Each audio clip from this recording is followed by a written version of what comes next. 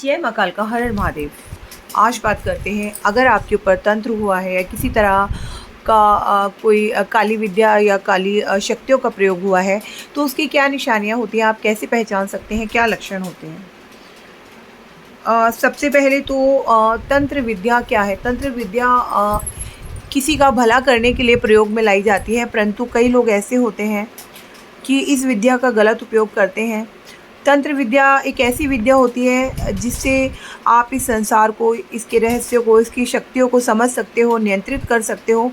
लेकिन कई बार लोग इस विद्या का प्रयोग लालच, ईर्ष्या, द्वेष के चलते दूसरों का बुरा करने में लगा देते हैं। अपनी छोटी छोटी दुश्मनियों के लिए लोगों का बुरा करना शुरू कर देते हैं।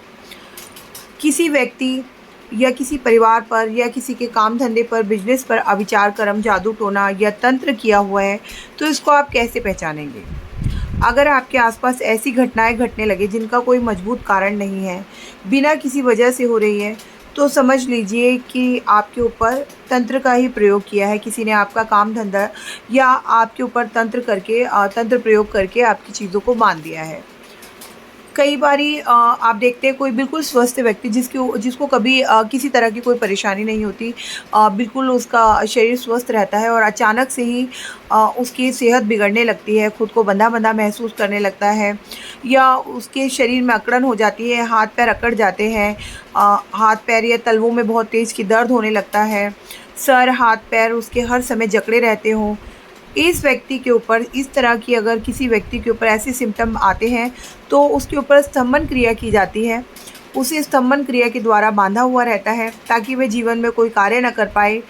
अगर किसी व्यक्ति को लगे उसका सर अचानक से गर्म रहने लगा है, गर्दन अकड़ी हुई है, बार बार सर्वाइकल हो गया है, एक्सरसाइज करने के बाद भी अकड़न नहीं जा रही है, मेडिसिन का कोई असर नहीं हो रहा है, तो ऐसे व्यक्ति को स्तंभन क्रिया करके बांधा हुआ रहता है।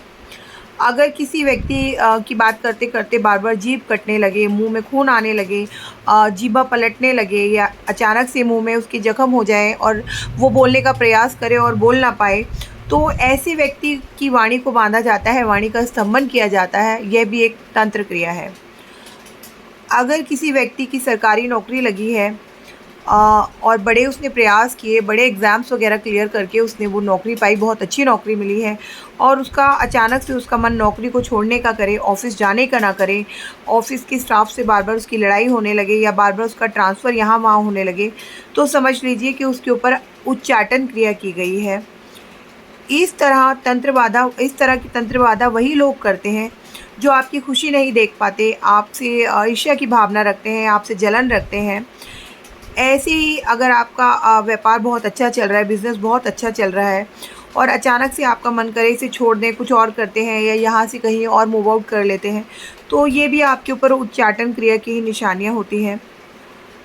अगर आपकी नौकरी अच्छी है, धन संपत्ति बहुत अच्छी है, आप बहुत पढ़े लिखे हैं, घर परिवार बहुत कुछ है, सब कुछ अच्छा होने के बाद भी अगर आपकी शादी के रिश्ते नहीं आ रहे हैं, या आपके रिश्ते आ रहे हैं लेकिन बात नहीं बन पा रही है, शादी नहीं हो रही है, देर पे देर होती जा रही है, तो तंत्र के द्वारा इससे आपका लगन बांधा गया है, जिससे कि आपकी शादी ना हो, आपके रिश्ते ना हो।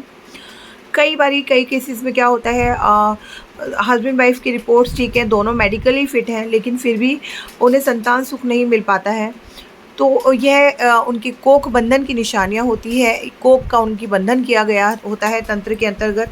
यह भी एक जलन और द्वेषवश ये लोग कर देते हैं इस तरह की क्रियाएँ। ये कुछ ही क्रियाएँ ऐसी होती हैं जिससे हँसता खेलता लोगों का जीवन बर्बाद हो जाता है। अगर किसी के ऊपर तंत्र प्रयोग होता है, उसका कोई भी कार्य पूर्ण नहीं हो पाता, हर कार्य में उसके विघ्न होते रहते हैं, वह खुद का अपना घर नहीं बना पाता, और कोशिश करता है घर बनाने की, तो किसी सदस्य की या तो मृत्यु हो जाती है या बहुत बड़ा आर्थिक नुकसान हो जाता है।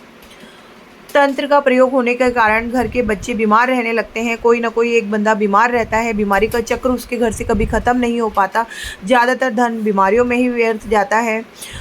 बच्चे पढ़ाई में कमज़ोर होते चले जाते हैं, बच्चों का शारीरिक और मानसिक विकास रुक जाता है, बच्चे झगड़ालू हो जाते हैं, बड़ों की बात नहीं मानते, आपराधिक प्रवृत्ति की तरफ मुड़ने लगते हैं।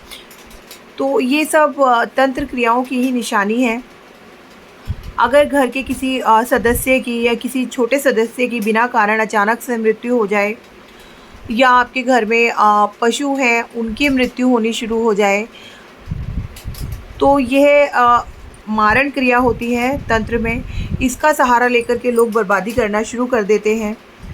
जो व्यक्ति तंत्र से पीड़ित रहता है, उस व्यक्ति की अपने घर में किसी से नहीं बनती, घर परिवार में नहीं बनती, सगे संबंधियों से नहीं बनती है। परेशानियाँ उसके जीवन में उसका पीछा नहीं छोड़ती कभी भी। भाई बहनों से बिना कारण के ही बैर भाव हो जाता है। कितना भी प्रयास कर लो, कोई व्यक्ति अगर मध्यस्थता भी कर लेगा तब भी इनका फैसला नहीं करा सकता, इनका लड़ाई झगड़ा नहीं रुकवा सकता।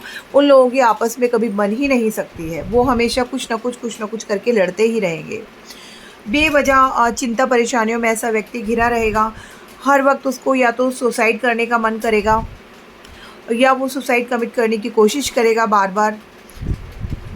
खाट बिल्कुल पकड़ लेगा, बिस्तरे से उसका उठने का मन नहीं करेगा।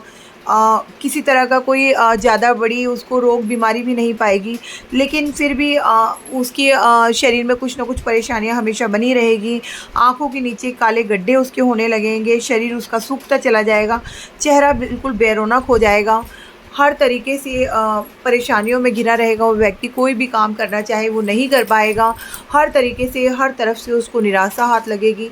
सम्मान में मान प्रतिष्ठा कुछ भी नहीं कर उसको मिल पाएगी दोबारा। तो ये सब अभिचार, तंत्र अभिचार, काली शक्तियों, काली विद्याओं के प्रयोग से कुछ लोग पैसों की लालच में आकर के हंसते खेलते जीवन को बर्बाद कर देते हैं, अच्छे खासे परिवार को बर्बाद कर देते हैं। अगर ऐसी कोई लक्षण अगर पाए जाते हैं आप में, तो आपको तुरंत किसी अच्छे भक्त से, अच्छे तांत्रिक से मिल कर के अपना इलाज कराना चाहिए, अपने उपाय करने चाहिए और जल्द से जल्द आपको स्वस्थ होने की कोशिश करनी चाहिए। जय माँ काल का, हर हर महादेव।